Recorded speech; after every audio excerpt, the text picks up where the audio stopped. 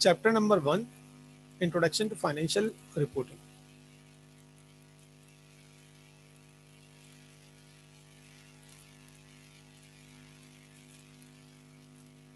Introductions.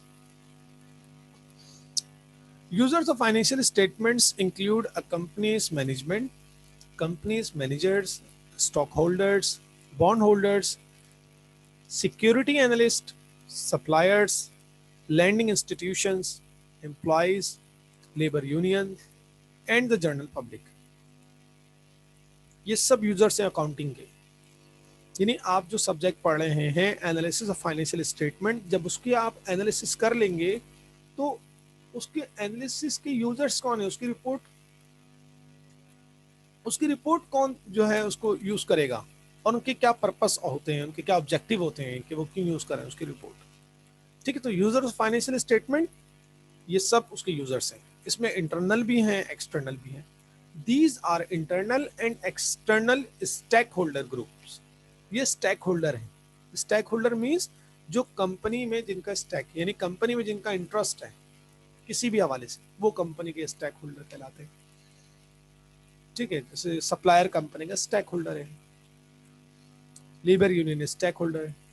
ठीक है, इस तरह। और स्टॉक होल्डर आपको क्लियर है, वो शेयर होल्डर को जिसको हम बोलते हैं। तो ये जो स्टेक होल्डर्स हैं ये इंटरनल भी हैं और एक्सटर्नल भी हैं। They use the financial reports to make decision. मकसद क्या होता है इन सबका? फाइनेंशियल रिपोर्ट्स को, उसका एनालिसिस को यूज करने का पर्पज या मकसद क्या होता है? ताकि डिसीजन मेकिंग करें। अगर आपने उसका एनालिसिस सही किया है, उसकी बेस पे होने वाला डिसीजन भी सही होगा। तो हमें उस एनालिसिस में इतना एक्सपर्ट होना है, हमारी एक्सपर्टीज इतनी होनी चाहिए सॉरी, कि जब आप उसका एनालिसिस करें तो बिल्कुल सही होने चाहिए। इसलिए कि उसकी बेस पर investors, suppliers, labour union, management, governments, lending institutions, employees, ये सब डिसीजन मेकिंग करेंगे। Investors use the financial reports as an aid in deciding whether to buy the stock. Investors क्या कर रहे होते हैं, वो क्यों यूज करते हैं फाइनेंशियल रिपोर्ट्स को? कि देख रहे होते हैं कि हमें इस कंपनी में, इस ऑर्गेनाइजेशन में इन्वेस्टमेंट करनी चाहिए या नहीं करनी चाहिए। उस रिपोर्ट की बेस पर वो डिसीजन मेकिंग करेंगे। जो आप रिपोर्ट प्रिपेयर करेंगे, जो आप एनालिसिस करने के बाद फाइनल रिपोर्ट पेश करेंगे, उस रिपोर्ट की बेस पर इन्वेस्टर्स ये डिसीजन मेकिंग करेंगे कि whether we should buy stock और नॉट, बाय द स्टॉक और नॉट।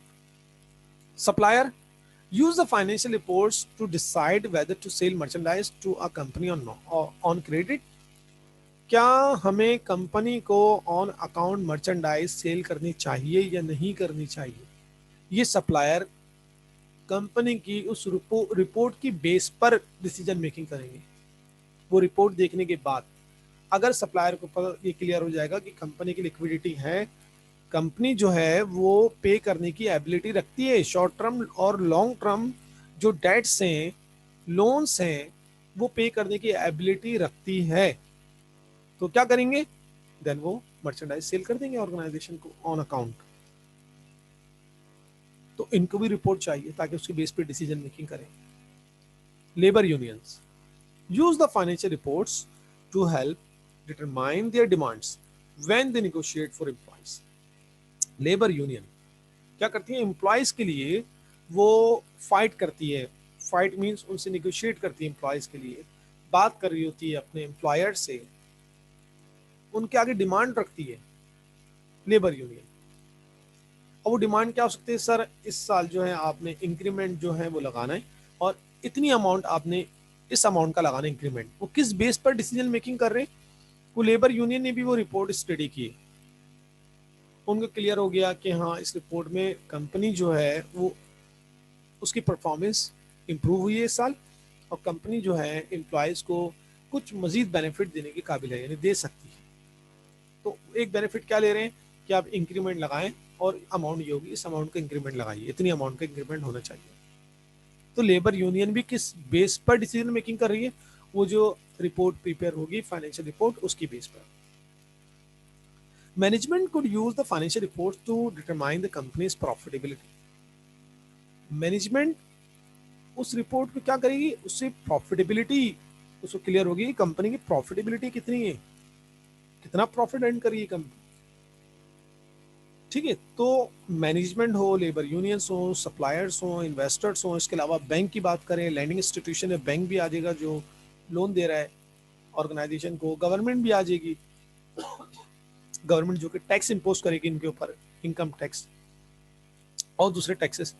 तो ये तमाम कहलाते हैं stake holders.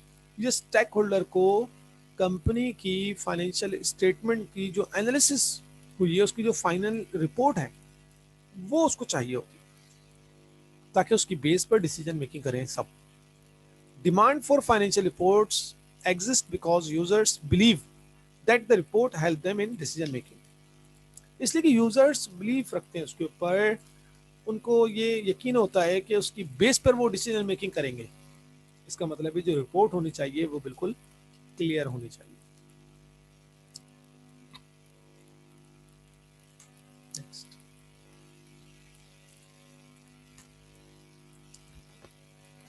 Development of generally accepted accounting principles in US। ये जनरली एक्सेप्टेड अकाउंटिंग प्रिंसिपल है, गैप है, ये इसकी फॉर्मेशन कब हुई, ये कैसे बने, इससे पहले क्या सिस्टम हुआ करता था, वो हम डिस्कस करने जा रहे हैं, उसका कुछ बैकग्राउंड है। ठीक है, generally accepted accounting principle GAAP are accounting principles that have substantial authoritative support. यानी उनके पास एक अथॉरिटी, एक बेसिक सपोर्ट है अकाउंटिंग के लिए। ये जो गैप होता है ये अकाउंटिंग के लिए बेसिक सपोर्ट है, इसकी बेस पर आप अकाउंटिंग कर रहे होते हैं। जितने भी रूल्स रेगुलेशन बनते हैं वो गैप के इसकी बेस पर बनते हैं। तो क्या उसको सपोर्ट कर रहा होता है अकाउंटिंग को। The formal process of developing accounting principles, ये एक फॉर्मली एक प्रोसेस है जिसकी बेस पर अकाउंटिंग के प्रिंसिपल को क्या डेवलप किया जाता है।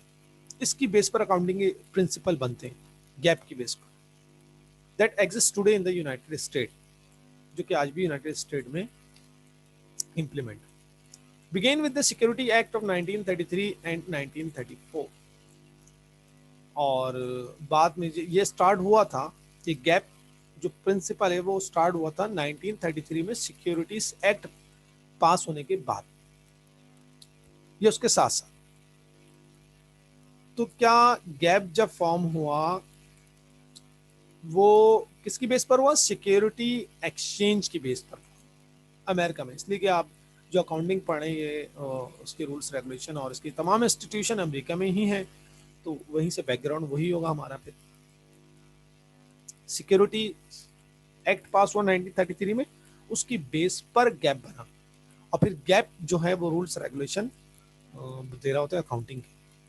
Prior to this security act, इस सिक्योरिटी एक्ट से पहले जब ये सिक्योरिटी एक्ट नहीं बना था, the New York stock exchange which was establish in 1792, इससे पहले एक इंस्टीट्यूशन था, एक इदारा था जिसका नाम था न्यूयॉर्क स्टॉक एक्सचेंज, जो कि 1792 में बना है। was the primary mechanism for the establishing specific requirement for the disclosure of financial information। Financial information को कौन डिस्क्लोज करता था, न्यूयॉर्क स्टॉक एक्सचेंज। पहले ये चलाता था अकाउंटिंग, यानी रूल्स रेगुलेशन पहले ये बनाते थे, मगर वो लिमिटेड होते थे, जैसे कि आगे मेंशन किया हुआ है। These requirements could be described as minimum and only applied to the corporations whose share were listed on the New York Stock Exchange। Securities act जो कि 1933 में पास हुआ, उसके बाद जो है गैप को बनाया गया, जनरली एक्सेप्टेड अकाउंटिंग प्रिंसिपल बने। इससे पहले, गैप से पहले हमारे पास एक इंस्टीट्यूशन था न्यूयॉर्क स्टॉक एक्सचेंज, जो 1792 में बना था, जिसका जो प्राइमरी जो क्या कहते हैं यही सब कुछ था, यानी जितने भी रूल्स रेगुलेशन बनते थे अकाउंटिंग से रिलेटेड वो इसके अंडर में बनते थे, यानी इसके जरिए से बनते थे। मगर वो जो रूल्स रेगुलेशन थे, प्रिंसिपल्स थे, वो लिमिटेड थे और उन ऑर्गेनाइजेशंस के लिए थे जो न्यूयॉर्क स्टॉक एक्सचेंज में लिस्टेड थी, सिर्फ उनके लिए बनते थे। बिल्कुल बैकग्राउंड की बात करें, the prevailing view of management was that financial information was for management use. और यही जो मैनेजमेंट का जो कह सकते हैं कि एक पॉइंट ऑफ व्यू था, वही गालिब था हर चीज पर।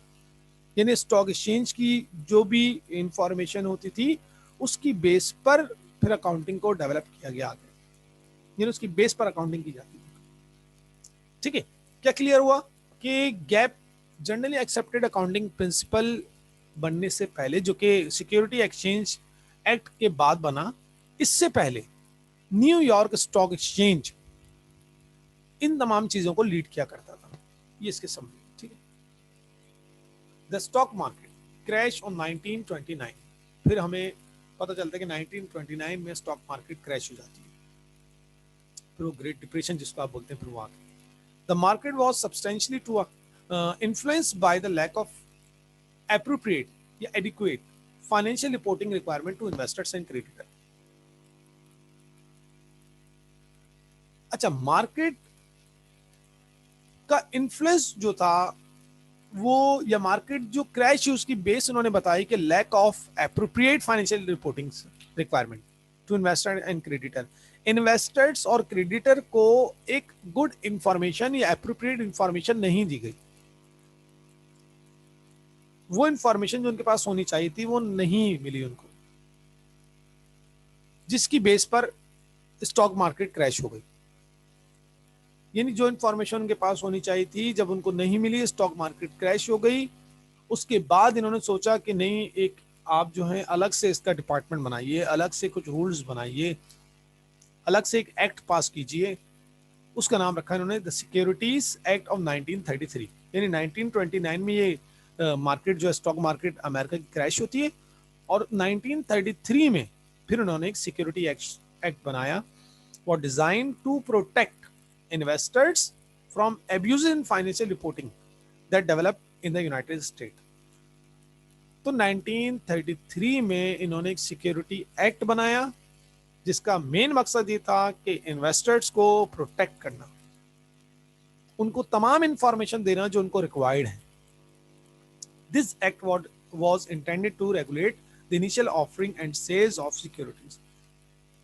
स्टार्टिंग में उसको सिक्योरिटीज को सेल्स और उसको किस तरह ऑफर करना है, इशू करना है, उससे रिलेटेड कुछ प्रिंसिपल बने, और फिर बाद में उसको गैप भी फिर आगे जाके उसमें फिर गैप बनाया गया। गैप के जो प्रिंसिपल है उसको फॉर्म किया गया। In general the security exchange act of 1934, इन 1933 में इसकी फॉर्मेशन है, तो 1934 में ये कंप्लीट हो गया, बन गया, एक्ट बना 1934 में, पास हो गया समझ। was intended to regulate securities trading on national exchange, and it was under this authority that the Securities and Exchange Commission was created. In effect, the Security Exchange Commission has the authority to determine the gap। फिर इसने gap के principle बनाए, and to regulate the accounting profession. ठीक है, तो क्या clear हुआ कि 1934 में सिक्योरिटीज एक्सचेंज एक्ट जो पास हुआ, उसने फिर उसकी बेस पर जो है गैप के प्रिंसिपल को फॉर्म किया गया, बनाया गया, ताकि अकाउंटिंग इंफॉर्मेशन को कि अकाउंटिंग के प्रिंसिपल को बनाए। The security exchange commission has selected to leave much of the determination of GAAP and the regulation of the accounting profession to the private sector at time the Security Exchange Commission will issue its own standard। यानी तमाम sectors including private sectors को भी उन्होंने लिया और उसके लिए rules regulation बनाए। सिक्योरिटी एक्सचेंज कमीशन ने गैप के प्रिंसिपल बनाए, अपने स्टैंडर्ड बनाना उन्होंने शुरू किए। ठीक है, तो अब अकाउंटिंग स्टैंडर्ड बनना शुरू हो गए। The Security Exchange Commission also issues financial reporting releases (FRRS) that pertain to financial reporting requirements। फिर सिक्योरिटी एक्सचेंज कमीशन ने फाइनेंशियल रिपोर्टिंग रिलीजेस को इशू करना शुरू कर दिया, यानी गैप से रिलेटेड रूल्स रेगुलेशन देना शुरू कर दिए। Regulation FRRS are part of GAAP, GAAP का ही पार्ट था ये। and are used to give the Security Exchange Commission official position on matters relating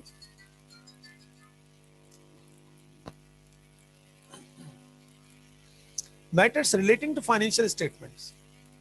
यानी फाइनेंशियल रिपोर्टिंग रिलीजेस की ने क्या किया, गैप के प्रिंसिपल बनाने शुरू कर दिए और जिसकी बेस पर जो है फाइनेंशियल स्टेटमेंट को प्रिपेयर किया जाने लगा। उसकी बेस पर बनता है फिर फाइनेंशियल स्टेटमेंट गैप की बेस पर। The formal process that exist today is a blend of the private and public sector, दोनों के लिए काम करता है। Number of parties in the private institution private sector have played a role in the development of GAP.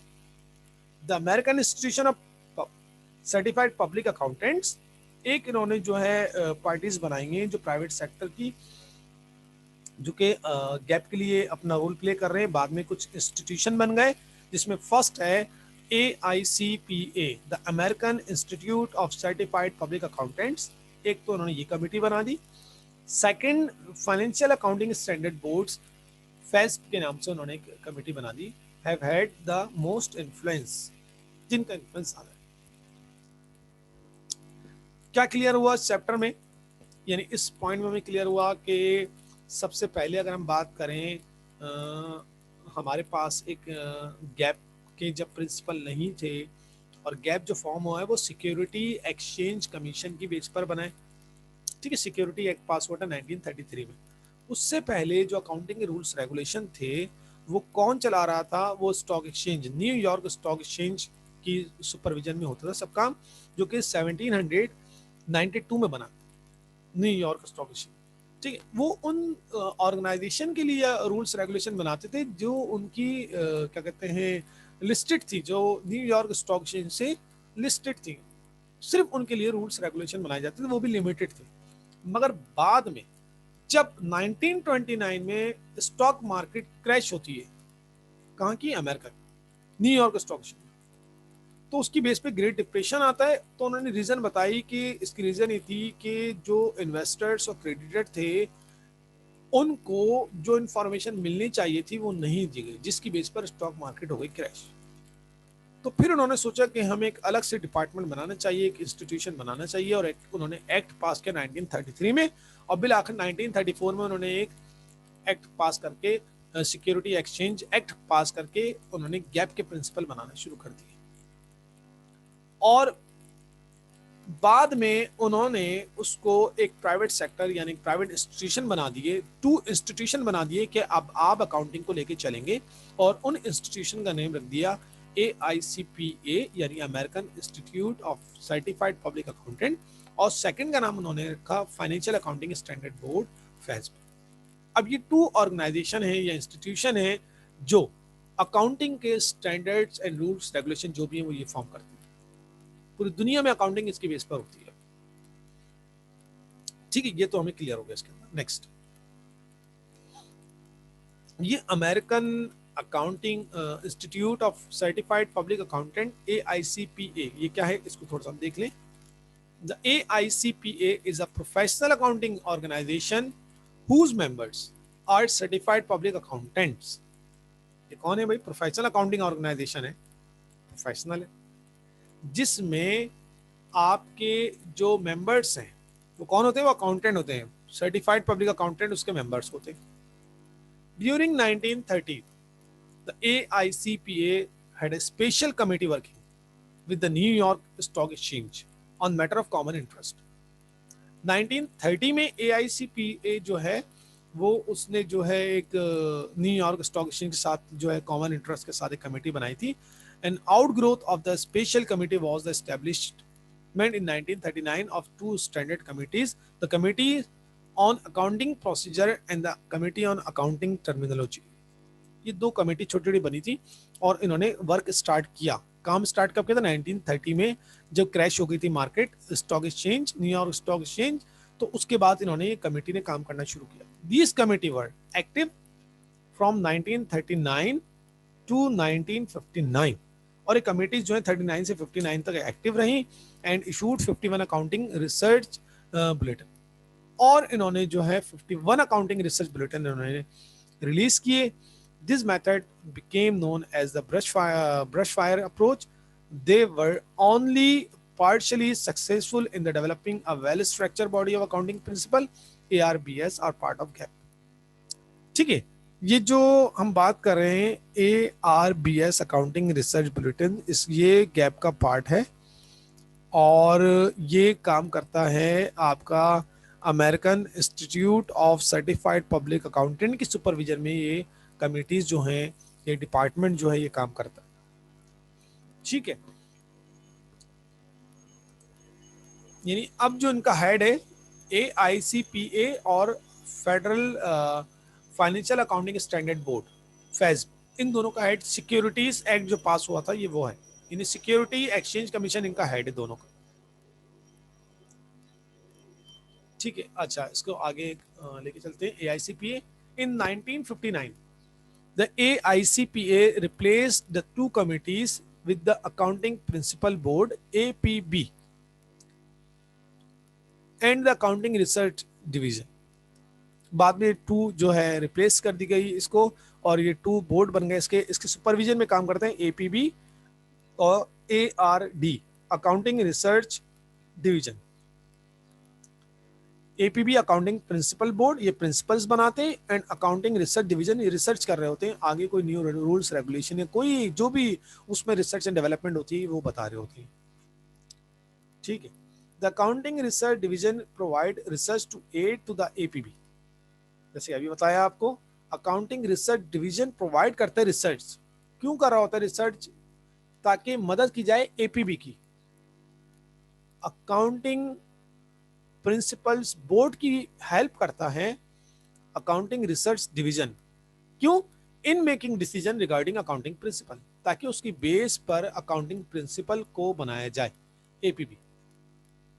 ठीक है, तो हम ये कह सकते हैं APB और ARD दोनों AICPA के अंडर में काम करते हैं, इस तरह कह रहे हैं, या रिप्लेस करके ये बना दिए गए इदारे APB and ARD। APB means accounting principle board, ARD accounting research division.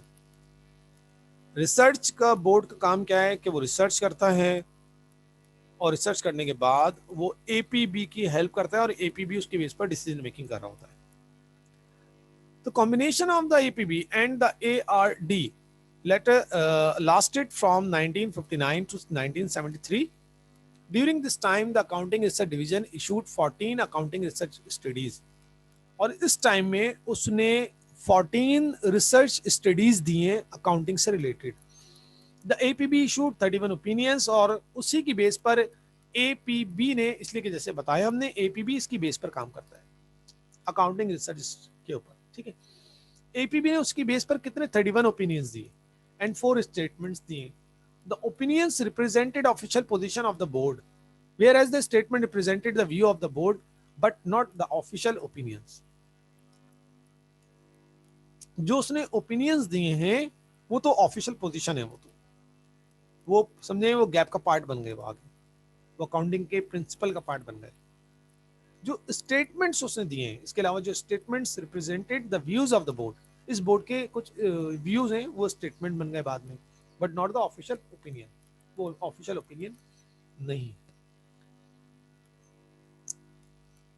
APBOs are part of gap. जैसे कि अभी बताया, ये जो APB के जो अकाउंटिंग प्रिंसिपल बोर्ड की जो ओपिनियंस हैं 31 ओपिनियन, ये गैप का पार्ट बने बाद में। ठीक है, तो इसकी बेस पे गैप बना, यानी जनरली एक्सेप्टेड अकाउंटिंग प्रिंसिपल को फॉर्म किया गया।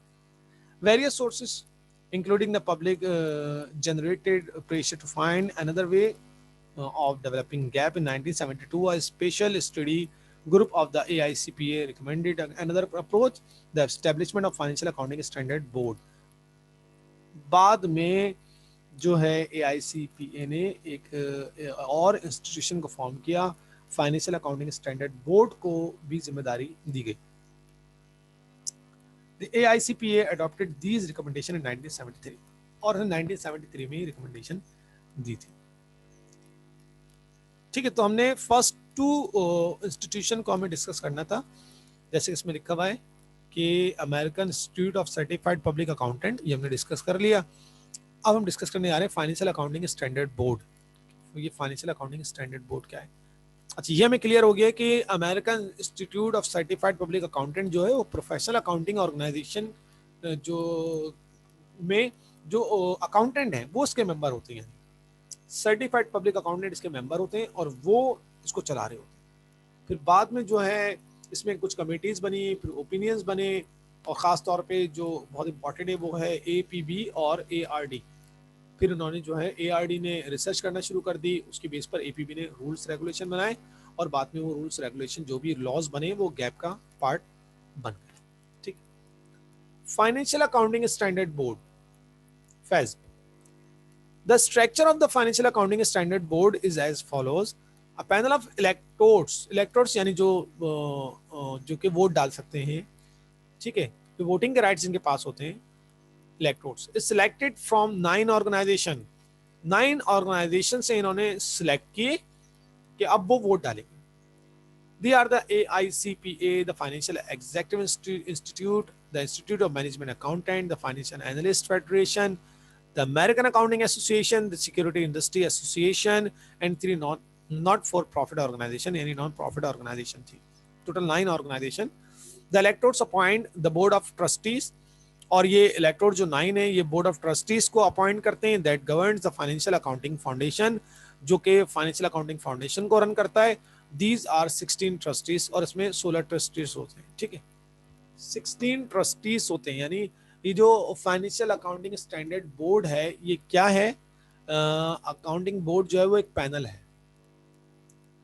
फाइनेंशियल अकाउंटिंग स्टैंडर्ड बोर्ड ये पैनल है। इसका मकसद ये होता है कि 9 जो ऑर्गेनाइजेशन है उसमें से आप क्या करते हैं, बोर्ड ऑफ ट्रस्टीज बनाते हैं जो फाइनेंशियल अकाउंटिंग फाउंडेशन के ऊपर काम करते हैं। और जो ट्रस्टीज होते हैं वो टोटल कितने होते हैं, 16 ट्रस्टीज होते हैं, टोटल 16 ट्रस्टीज होते हैं। ठीक।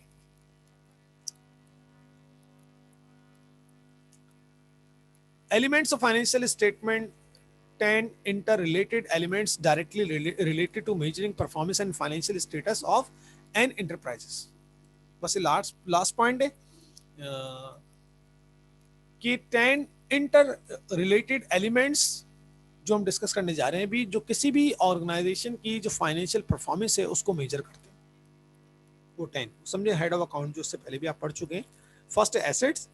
Assets are probable future economic benefit obtained or controlled by a particular entity as a result of past transaction or event। यानी assets being जिसको आप बोलते हैं असासा हैं, यानी assets वो हैं जिससे आप फ्यूचर इकोनॉमिक बेनिफिट लेंगे, फ्यूचर में आपको उससे इकोनॉमिक बेनिफिट्स मिलेंगे। ये एक डेफिनेशन है, उसका बोलते हैं रिसोर्सेज ऑफ ऑर्गेनाइजेशन भी बोलते हैं इनको।